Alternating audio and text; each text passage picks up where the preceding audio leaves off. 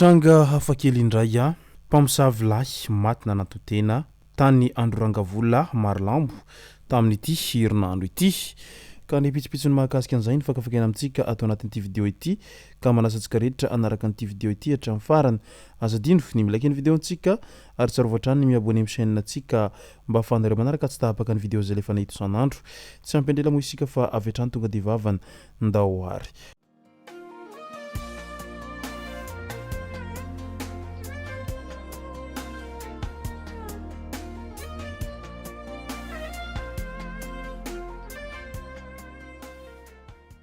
Ny tonga tsy miaraba hono na mantezitra ka dia faly miaraba isika rehetra mpanaraka tsy tapaka ny chaîne ity tenako amin'ny androany ity araka an'izay efa natsipiko zay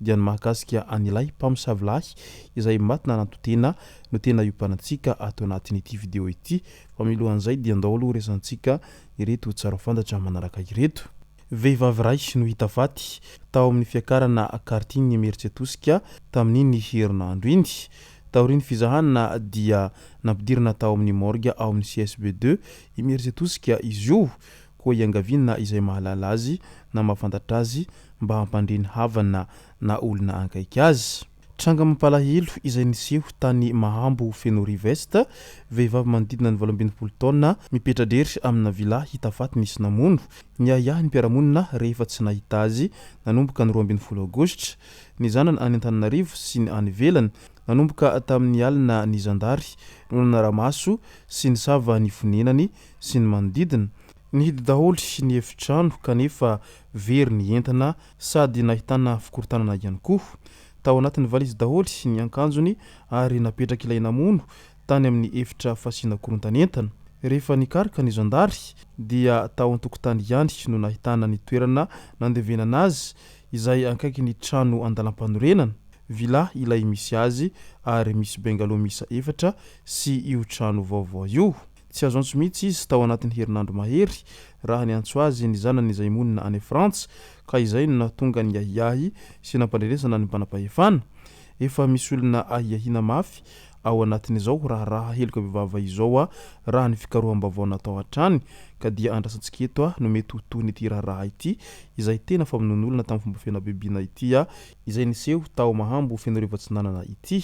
Tanan'olona havia sy havanana ary tongotra havanana no hita tany Andranomiadoloha fokotany Seranana commune Andranomiditra district-ny Vohibato izay faritra Masitra ambony iny.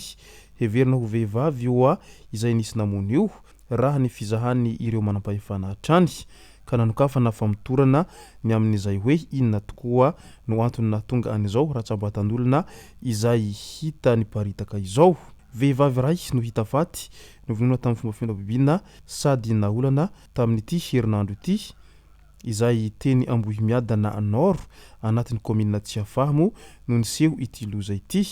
Tamin'ny sabotsy teo izy no nanomboka tsit lehilahy gadra mahazo fahazahon-dalana manao raha any ivelan'ny fonja no hitan'ny fokon'olona niaraka tamin'ny farany ary teny amin'ny lalana nahitan'ny fokon'olona nandehandehanana izy ireo no nahitana ny razana. Mangataka ny hamoahana ny marina amin'ity raha ity ny fokon'olona eny amin'ny fokotany Avarabohitra commune Tsiafahy manoloana an'ity fatim-behivavy izay novonoina tamin'ny fomba fianabebina sady naolana noho novonoina ity. Midika izany fa miahiahy ireo mponina iny manodidina eny ny amin'ilay gadra izay voalaza fa nahazo fahazahon-dalana izay fa mbola tsy voamarina mazava moa izay hoe iza tokoa no tena nahavandoza tamin'ity raha fanolanana sy famonoana ity. Taorian'izay fanambaran'ireo fokon'olona mahakasika an'ilay voafonja izay moa dia namaly ny fonja fa tsaho ny filazana fa gadra no namono azy. Tsy marina ny filazana fa voafonja iray tao amin'ny fonjaben'ny Tsiafahy no nahavandoza teny Tsiafahy hoy ny avy eo amin'ny fonjaben'ny Tsiafahy. Tsy marina velively io vaovao izay nezana naparitaka tao anaty tambazotra Facebook io fa voafonja no namonina faty ilay olona teny an-toerana. Anaty fonja io voafonja izay tenenina io ary tsy nivoaka ny fonja velively. Olona manao corvée ao anatin'ny fonjaben'ny Tsiafahy tsy afaka mivoaka izany fa ao anatin'ny valaben'ny fonja ihany no atao izany rehetra izany. mbola 30 minitra mialy eo no nisy ilay tranga izay hoe lavitra ny fonja izany no marina fa olona iray izay manana olana amin'ny tompon'andraikitra ny fananana na ny patrimoine any Fonjabentsiafahy no ao ambadiky ny fanasoketana ny fonja mibodony tanin'ny fonja ka noesorina tamin'ny tany dia izao lasa manasoketa sy manimba ny tompon'andraikitra ny Fonjabentsiafahy izao miantso ny tompon'andraikitra mahefa handray fepetra amin'ny olona manelitsao toy izany fa manimba olona fotsiny hoy ny mpandraharaha ny fonja hatrany raha nitondra ny fanazavany mahakasika an'izay fanasoketana izay nahazo azy ireo zay ka dia andrasantsika eto ara ny amin'ny hoe iza marina no tena tompon'antoka tamin'ity famonona an'ity vehivavy ity fa mbola ao anatin'ny fanaovana fanadihadianan'izay moa ny rehetra amin'izao fotoana izao ao anatin'ny tranga fanolanana indray zazavavikely 7 taona no tsy hita ny alatsinainy alina tao tsara rano mahajanga rehefa nokarika ny polisy dia tao anatin'ny bajaj no nahitana azy samy efa tsy miankanjo izy sy ilay lehilahy izay mpitondra bajaj izany hoe efa teo am-panombohana hanolana azy ioa io lehilahy io nitratra ambodiomby nentina vetrany any amin'ny bureau police ity lehilahy izay naiky hanolan-jaza itya mba hanaovana famotorana sy fanadihadiana tsara ho marina trany ny ray aman-dreny raha masotrany ny zanaka fa indrindra fa ny zanaka vehivavy mba tsy handehandeha irery fa ny ratsy kely lalana ary ny olona amin'izao tena efa nivadika biby amin'izay filan-dratsy sy ny fanolanana isan-karazany izay ka aleo mailomailo trany amin'izay rehetra izay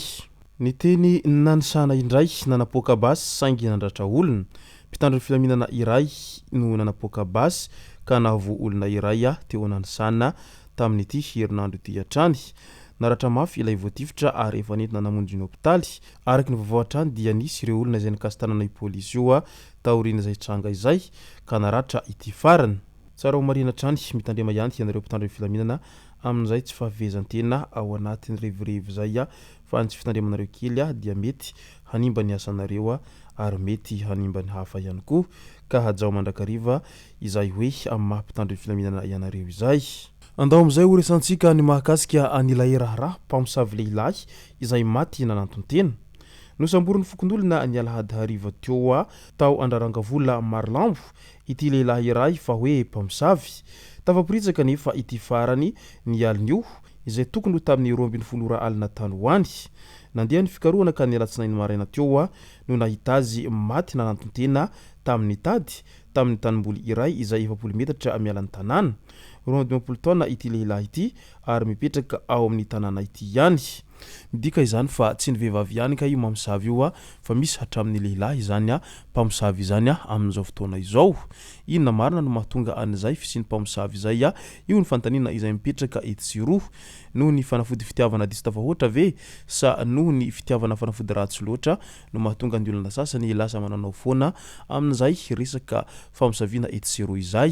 izay moa no masaka azona roso tao anatin'ity vidéo ity tompoko lasy tompoko vavy misoratsika rehetra naraka an'ity vidéo ity hatramin'ny farany azadino ny milaiky ny vidéo antsika ary tsara voatrany ny miabone amin'ny chaîne antsika mba ahafahanareo manaraka tsy tapaka ny vidéo zay lefa nahita isan'andro tompoko lasy tompoko vavy makasitraka dia mirary soa